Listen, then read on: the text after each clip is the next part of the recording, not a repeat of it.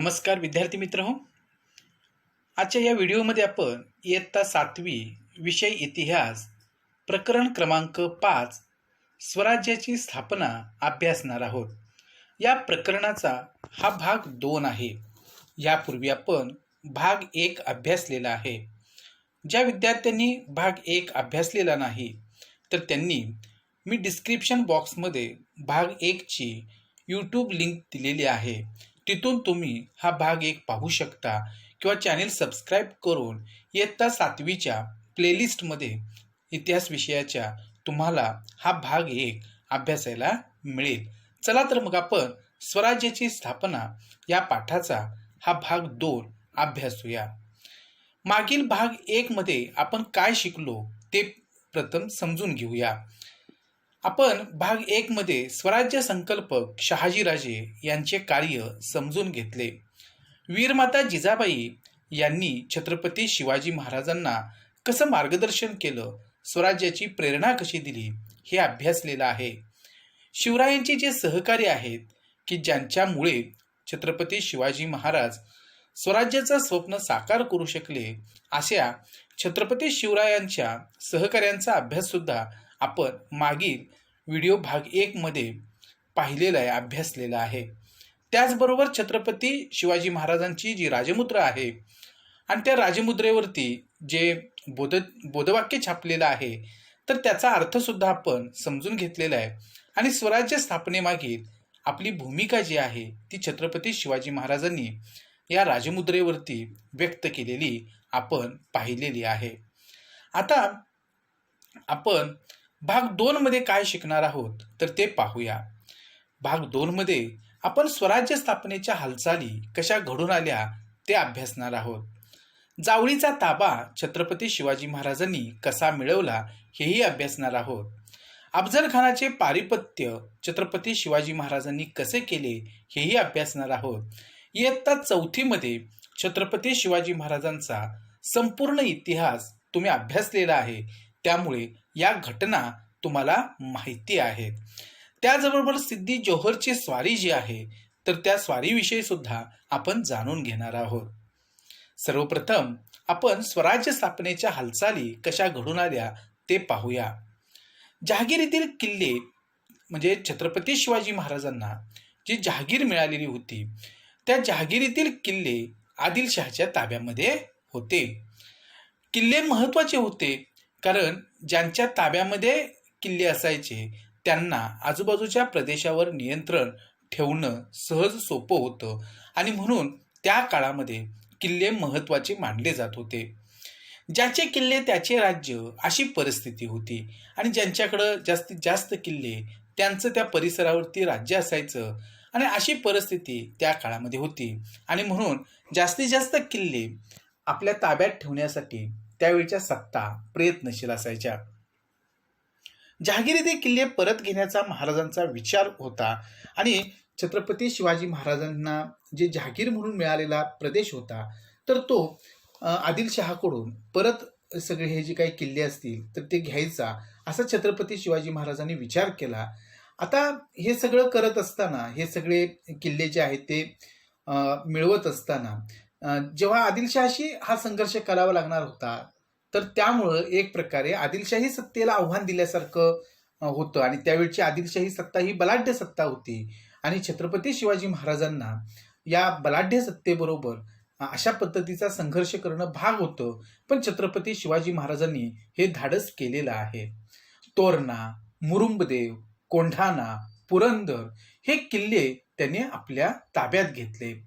आता आपल्याला इयत्ता 4थी मध्ये आपण अभ्यासलेलं आहे तर त्यानुसार किल्ले ताब्यात घेऊन त्यांनी स्वराज्याची एक प्रकारे मुहूर्तमेढ रोवली. आता मुरुंबदेव जो किल्ला आहे की जो छत्रपती शिवाजी महाराजांनी ताब्यात घेतला होता, या मुरुंबदेव किल्ल्याची पुनर्बांधणी म्हणजे पुन्हा त्याचा जीर्णोद्धार किंवा त्याची बांधणी जी आहे या मुरुंबदेव किल्ल्याची तर ती छत्रपती शिवाजी महाराजांनी केली आणि त्याचं नाव जे आहे ते राजगड असे ठेवले. आपल्याला स्क्रीनवरती किल्ले राजगड आणि पाली दरवाजा जो आहे तर तो दिसतो आहे. आणि राजगड ही स्वराज्याची पहिली राजधानी होती आणि अशा पद्धतीनं हा मुरुंबदेव किल्ला जो आहे शिवाजी महाराजांनी जिंकून घेतला आणि त्याची पुनर्बांधणी केली आणि त्याचं नाव राजगड असं ठेवलं आणि राजगड हीच स्वराज्याची पहिली राजधानी बनली होती. आदिलशाहीमध्ये जावळीचे जे चंद्रराव मोरे होते, मुधोळचे घोरपडे होते, सावंतवाडीचे सावंत होते, हे सगळे जे सरदार होते, या सरदारांचा छत्रपती शिवाजी महाराजांच्या स्वराज्य स्थापनेस विरोध होता. खरं तर असा विरोध त्यांनी करायला नको होता, परंतु आदिलशहाच्या सेवेमध्ये असल्यामुळं हे जावळीचे चंद्रराव मोरे, मुधोळचे घोरपडे आणि सावंतवाडीचे सावंत यांनी काय केलेलं आहे, छत्रपती शिवाजी महाराजांच्या स्वराज्य स्थापनेला विरोध केला. आता स्वराज्य स्थापनेचं हे कार्य छत्रपती शिवाजी महाराजांनी हाती घेतलेलं होतं. मग आता जे स्वराज्य स्थापनेच्या आड येणार आहेत, मध्ये येणार आहेत, मग ते जरी आपले लोक असले तरी आता त्यांचा बंदोबस्त करणं गरजेचं होतं आणि म्हणून स्वराज्य स्थापनेसाठी या सरदारांचा बंदोबस्त करणं आता आवश्यक बनलं.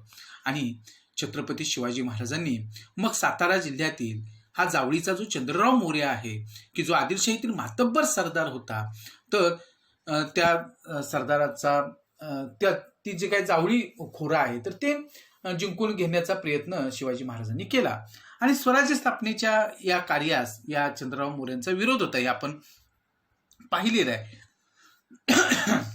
इसवी सन 1656 मध्ये छत्रपती शिवाजी महाराजांनी जावळीवर स्वारी करून तो प्रदेश काय केलेला आहे, जिंकून घेतला आणि तेथे आपलं ठाणे वसवले आणि मग तिथं आपलं एक ठाणं जे आहे, केंद्र जे आहे, तर ते निर्माण केलं आणि त्यानंतर त्यांनी जवळच असणारा रायगड किल्ला जो आहे तर तो सुद्धा त्यांनी काय केला, जिंकून घेतला.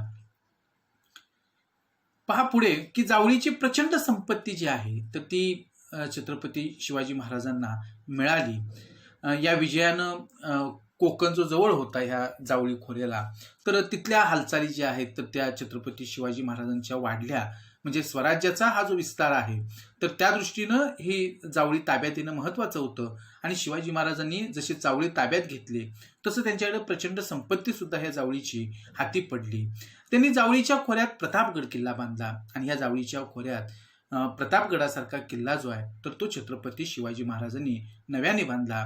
या विजयामुळं त्यांचं सामर्थ्य सर्व प्रकारे वाढले आणि हा प्रतापगड किल्ला जो आहे तर तो तुम्हाला इथं स्क्रीनवरती दिसतो आहे. आणि हा जो जावळीचा विजय होता, या जावळीच्या विजयामुळं महाराजांचं जे सामर्थ्य आहे तर ते सर्व बाजूंनी वाढलेलं होतं. यानंतर मग महाराजांनी काय केलेलं आहे, कल्याण, भिवंडी ही ठिकाणं सुद्धा जिंकून घेतली. आता ही ठिकाण जिंकून घेतल्यामुळे काय झालं की पश्चिम किनारपट्टीवरील सिद्धी असेल, पोर्तुगीज असतील, इंग्रज असतील, ह्या ज्या परकीय सत्ता होत्या की ह्या परकीय सत्तांनी सुद्धा ह्या किनारपट्टीच्या प्रदेशामध्ये वखारी स्थापन केलेल्या होत्या. तिथं आपलं राजकीय वर्चस्व त्यांनी निर्माण करण्याचा प्रयत्न केलेला होता. या सत्तांशी छत्रपती शिवाजी महाराजांचा संबंध आला. या सत्तांशी संघर्ष करायचा असेल तर आपल्याला प्रबळ असं आरमार उभारलं पाहिजे, हे त्यांच्या लक्षात आले. आणि छत्रपती शिवाजी महाराजांना हे लक्षात आलं की सिद्धी, पोर्तुगीज, इंग्रज या सत्तांचा जर सामना करायचा असेल किंवा त्यांच्याशी संघर्षाची वेळ आली तर आपल्याला आपलं स्वतःचा आरमार उभारणं गरजेचं आहे आणि मग त्यासाठी आरमार आपल्याला असलं पाहिजे. आणि हे लक्षात घेऊन त्यांनी आरमार उभारणीला प्राधान्य दिलेलं आहे.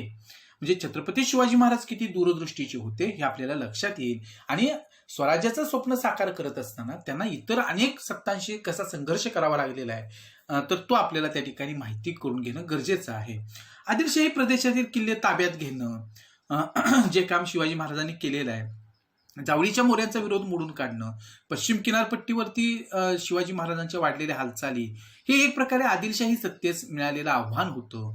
आणि मग यावेळेला आदिलशाहीचा जो कारभार आहे तर तो कारभार पाहणारी बडी साहेबीन जी आहे तर हिला महाराजांचा बंदोबस्त वेळीच करावा असं त्या ठिकाणी वाटत होतं. कारण आदिलशाही सत्तेला एक प्रकारे आव्हान देण्याचं काम छत्रपती शिवाजी महाराज करत होते.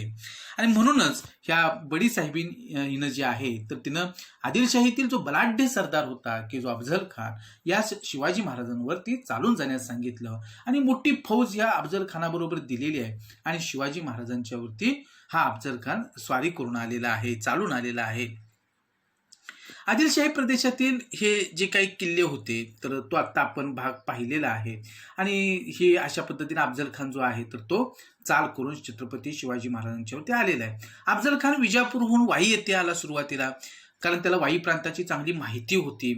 वाईजवळील प्रतापगड किल्ल्याच्या पायथ्याशी शिवाजी महाराज व अफजल खान यांची 10 नोव्हेंबर 1659 रोजी भेट झाली. इयत्ता 4थीच्या पुस्तकातील हे चित्र आहे आणि शिवराय आणि अफजल खान यांची जी भेट आहे तो जो प्रसंग आहे तर तो या चित्रामध्ये तुम्हाला पाहता येईल की वाईजवळील हा जो प्रतापगड किल्ला होता की शिवाजी महाराजांनी हा प्रतापगड किल्ला उभारलेला होता, तर त्याच्या पायथ्याशी शिवाजी महाराज आणि अफजल खान यांची भेट ठरली होती आणि तो दिवस होता 10 नोव्हेंबर 1659.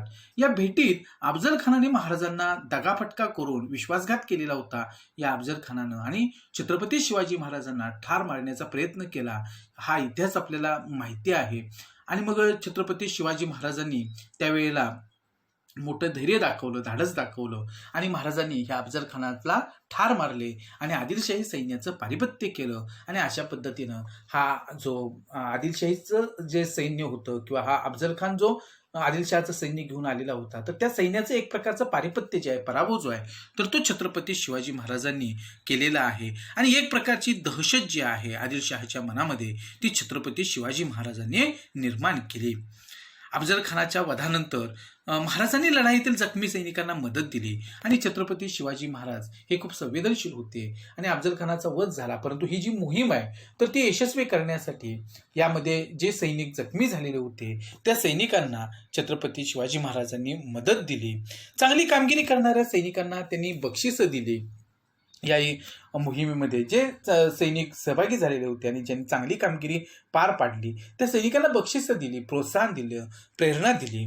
अफजल खानाच्या सैन्यातील जे सैनिक व अधिकारी त्यांच्या सैन्याच्या हाती लागले, त्यांनी त्यांना चांगली वागणूक दिली. आणि छत्रपती शिवाजी महाराज हे खरंच कुठलाही धर्मभेद न मानणारे होते.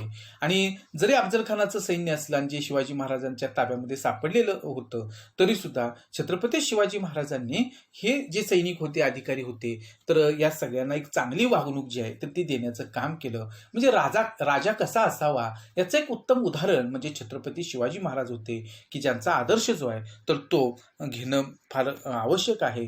की शिवाजी महाराजांच्याकडे हे सगळे गुण होते, म्हणूनच रयतेचे राजे म्हणून त्यांना सर्वत्र मान मिळतो. अफजल खानाच्या पारिपत्यानंतर महाराजांनी आदिलशाहीतील वसंतगड असेल, पन्हाळा असेल व खेळणा असेल हे किल्ले जिंकून घेतले. अफजल खानाचं पारिपत्य झालेलं आहे आणि मग महाराजांनी आदिलशाहीतील पुन्हा वसंतगड, पन्हाळा, खेळणा हे किल्ले सुद्धा जिंकून घेतले. आता खेळण्या किल्ल्यास त्यांनी विशाळगड असं नाव दिलेलं आहे. आणि महाराजांचा मग बंदोबस्त करण्यासाठी आता ह्या सगळ्या घटनांमुळे आदिलशाह आणखी नाराज झालेला आहे. आणि मग आदिलशहानं इसवी सन 1660 सिद्दी जोहर जो आहे तर तो कर्नूल प्रांताचा सरदार होता, तर त्याला महाराजांवरती चालून जाण्यास सांगितलं. आणि अशा पद्धतीनं हा सिद्दी जोहर जो आहे तर तो छत्रपती शिवाजी महाराजांच्यावरती चाल करून आलेला आहे. त्याला सलाबत खान असा किताब आदिलशहानं दिलेला होता. रुस्तम ई जमान, बाजी घोरपडे, अफजल खानाचा मुलगा फाजल खान हे सगळेजण या सिद्दी जोहरच्या मदतीला होते. आणि या परिस्थितीमध्ये शिवाजी महाराजांनी पन्हाळा किल्ल्यावर आश्रय घेतला. आणि अशा परिस्थितीमध्ये छत्रपती शिवाजी महाराज हे पन्हाळगडावरतीच थांबलेले आहेत, तिथंच त्यांनी आश्रय घेतला. आणि सुमारे 5 महिने सिद्धीच्या सैनिकांचा पन्हाळ्यास वेढा पडला होता. आणि जवळपास 5 महिने या सिद्दी जोहरच्या सैनिकांनी पन्हाळ्यास वेढा दिलेला होता. महाराजांना या वेढ्यातून बाहेर पडणं कठीण झालं होतं. आणि अशी सिद्दी जोहर जो होता तर तो प्रचंड सैन्य घेऊन आलेला होता आणि संपूर्ण पन्हाळा किल्ल्याला त्यानं वेढा दिलेला होता. आणि या वेढ्यातून आता छत्रपती शिवाजी महाराजांना बाहेर पडणं फारच कठीण झालेलं होतं. आणि मग नेतोजी पालकर यांनी बाहेरून सिद्धीच्या सैन्यावर हल्ला करून वेढा उठवण्याचा प्रयत्न केला, परंतु कमी सैन्यामुळं, कारण नेतोजी पालकर यांच्याकडे असणारं सैन्य अतिशय कमी होतं आणि हा सिद्दी जोहर जो होता तर तो त्याचं फार मोठं सैन्य होतं आणि त्यामुळे नेतोजी पालकर यांना काही यश आलं नाही. हा सिद्धीचा वेढा उठवण्याचा त्यांनी जो प्रयत्न केला त्याच्यामध्ये त्यांना यश आलं नाही. महाराजांनी मग सिद्धीशी बोलणी सुरू केली आणि मग अर्थात आता काहीतरी उपाय काढायला पाहिजे आणि म्हणून महाराजांनी काय केलेलं आहे, या सिद्दी जोहरशी बोलणी सुरू केली. काही तडजोड आपण त्या ठिकाणी करू शकतो का हे त्यांनी पाहिलं आणि त्यामुळे वेढ्यामध्ये शिथिलता निर्माण झाली. आणि जेव्हा महाराजांचं सिद्धीशी बोलणं सुरू झालं तेव्हा सिद्धी थोडासा गाफील झालेला आहे आणि मग वेढ्यामध्ये त्याच्या थोडीशी शिथिलता जी आहे तर ती आलेली आहे.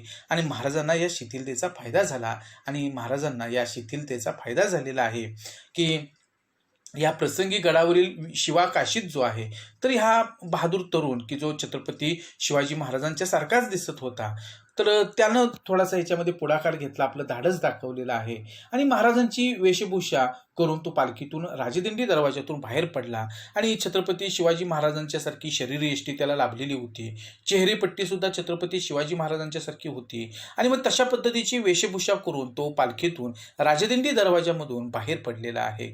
परंतु सिद्धीच्या सैन्यानं ही पालखी पकडली आणि शिवाकाशीतनं स्वराज्यासाठी बलिदान दिले. आणि हा जो शिवाकाशीत आहे तर ते काही खरे छत्रपती शिवाजी महाराज नाहीत, हे सिद्धी जोहरनं ओळखलेलं आहे. आणि मग अर्थातच ह्या वीर शिवाकाशीतला ह्या सिद्धी जोहरनं ठार केलेला आहे. आणि अशी कितीतरी माणसं होती की जी छत्रपती शिवाजी महाराजांच्यासाठी आपला जीव द्यायला सुद्धा मागे पुढे पाहत नव्हते.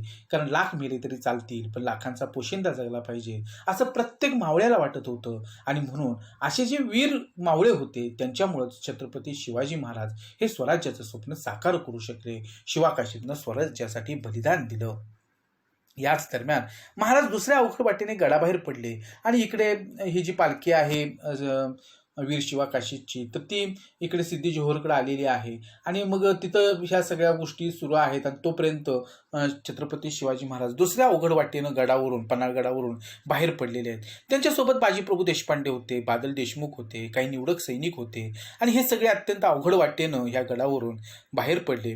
महाराज विशाळगडाकडे निघाले आणि मजल दरमजल करत छत्रपती शिवाजी महाराज विशाळगडाकडे निघाले. सिद्धीच्या सैन्यानं त्यांचा पाठलाग सुरू केला. अर्थातच या सगळ्या गोष्टींची कुणकुण जी आहे ती सिद्धी जोहरच्या सैन्याला लागली आणि त्यांनी महाराजांचा पाठलाग सुरू केला. विशाळगडाच्या पायथ्याजवळ सिद्धीच्या सैन्याला थोपवण्याची जबाबदारी बाजीप्रभू देशपांडे यांच्यावर सोपवली. आणि अशा पद्धतीनं विशाळगडाच्या दिशेनं शिवाजी महाराज चाललेले होते आणि मग विशाळगडाच्या पायथ्याजवळ हे सगळे आले आणि तिथं सिद्धीच्या सैन्याला थोपवण्याची जबाबदारी जी आहे ती बाजीप्रभू देशपांडे यांच्यावरती सोपवण्यात आली आणि छत्रपती शिवाजी महाराज पुढे विशाळगडाच्या दिशेने निघालेले होते.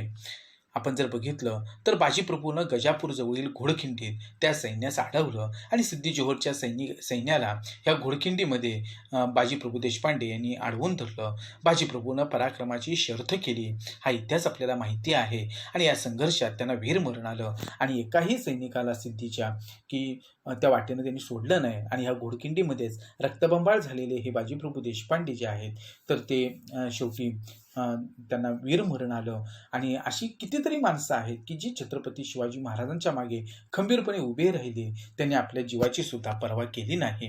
महाराजांना विशाळगडाकडे कूच करणं शक्य झालं आणि बाजीप्रभू देशपांडे यांनी सिद्धी जोहरच्या सैन्याला ह्या घोडखिंडीमध्ये अडवून ठेवलं आणि त्यामुळं छत्रपती शिवाजी महाराजांना विशाळगडाच्या दिशेनं जाणं शक्य झालं. विशाळगडाकडे जाताना त्यांनी पालवनचे दळवी व शृंगारपूरचे सुर्वे या आदिलशाही सरदारांचा विरोध सुद्धा मोडून काढला आणि अशा प्रकारे महाराज गडावर सुखरूप पोहोचले. महाराज पन्हाळगडच्या वेढ्यात असतानाच दिल्लीच्या तख्तावर असणाऱ्या औरंगजेब बादशहाने मुघल सरदार शाहिस्ता खान यास दक्षिणेत पाठवले.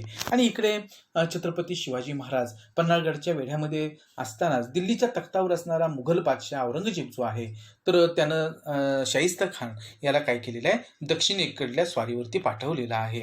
त्याने पुणे प्रांतावर स्वारी केली आणि मग अर्थातच छत्रपती शिवाजी महाराजांच्या पुणे प्रांतावरती या शाहिस्ता खानानं स्वारी केली, आक्रमण केलं.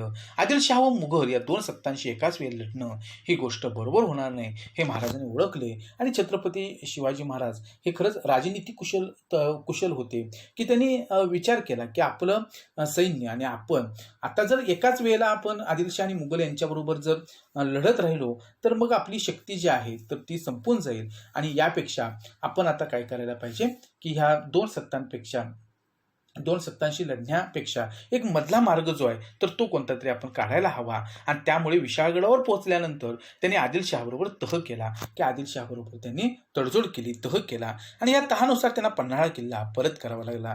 जो पन्हाळा किल्ला शिवाजी महाराजांनी आदिलशाहकडून घेतलेला होता तो किल्ला परत आदिलशाहाला शिवाजी महाराजांना करावा लागला.